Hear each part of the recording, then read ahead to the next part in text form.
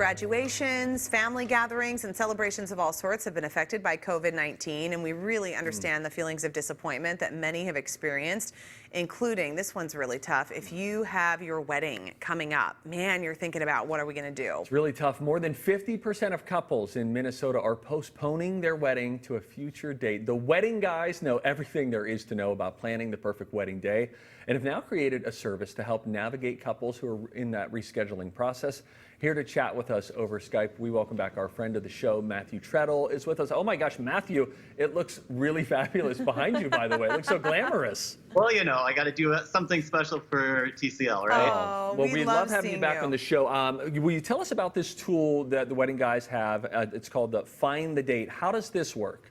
So what we've done is we've actually allocated a lot of staff time here to contact venues. We started with that particular category because we know that's kind of the stumbling block for a lot of couples. And so we've actually reached out to venues to find out what days they are available for the rest of the year. So we focused on Fridays, Saturdays, and Sundays, because those are the most popular days for weddings at this point. And basically, we've created an online resource. So couples can go to theweddingguys.com/find the date. And right now, they can search for venues by weekend availability. We also just went live with photographers as well. And each week, we'll be adding new categories as we've been able to contact vendors to find out their availability. Wow, that's really great. I mean, that's so beneficial for the couples, but then also for the vendors who are trying to deal with this massive loss of income. How are the vendors doing? You know, it's a challenge. As you know, wedding businesses in general are small businesses. A lot of them are independent, small proprietors. There hasn't been a lot of support for them as of yet. And so they're doing the best that they can to kind of navigate that, as well as help all of their couples transition to new dates. Matthew, do you think someone just texted you asking you a wedding question? That would be so exciting if that was happening. Or maybe it was like, Bite Squad's here. Yeah, that's that right. would be equally as exciting. In that case, he'd be like, can we wrap this up? Let's talk a little bit about the Wedding Guys blog. For couples who have never been on it, what sort of resources and services and maybe even inspiration are you offering through that right now? Sure. One of the things that we've always done on the blog is given wedding inspiration. But right now, we're really trying to fill our blog with information for couples dealing with COVID-19 specifically. New alternatives. There's a lot of new things that the wedding industry has kind of popped up with, including like postponement cards and micro weddings and ideas around that. Because what we know is going to happen is we're not going to go back to having celebrations of 300 right away. It'll be the inverse of what happened. So it's going to be 10 people first, 50 people, and then we'll get into larger groups again. And so a lot of our partners like Hotel Ivy has put together packages. For instance, they have a really great penthouse that's meant for smaller groups. So you could do something really unique there.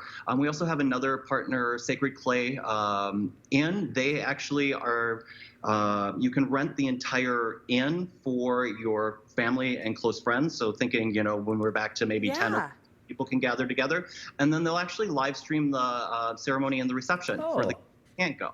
Okay, that's a cute idea. I like the term micro wedding too. That sounds great. So, Matthew, we know this. You're such an expert in the wedding industry. So, I do think the hardest thing for couples, aside from the logistics, is even just that gut decision of what do we do? Yeah, are we going to postpone? Are we not? So, what do you want couples to think about?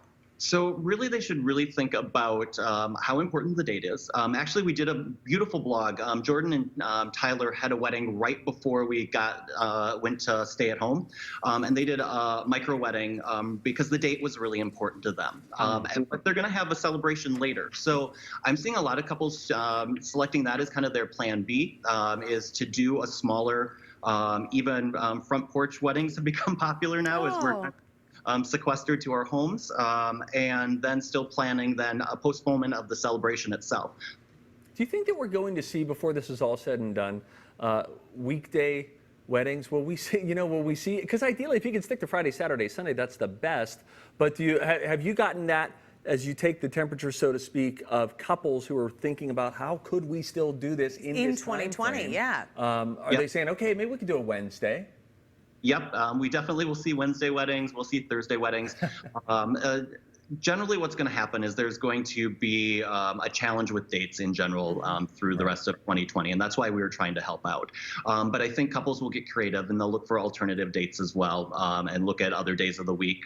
At the end of the day, they just want to get married. So we're finding that a lot of couples obviously are challenged by this, but they're also getting really resourceful. And at the end of the day, it's all about loving, sharing their love, and they're figuring out how to do it. Matthew, before you go, I want to ask you too, what is your advice for couples as they sort of navigate the emotions of it? Because I think we're all navigating emotions. I keep seeing posts from people who say, and I know I felt this way, one day you're laughing and it's fine, the next day you're crying, and I think when you're planning what's supposed to be the most important day of your life, that can feel so heavy and so emotional, and the grief of not getting to have what you thought you were going to have. How are people handling that?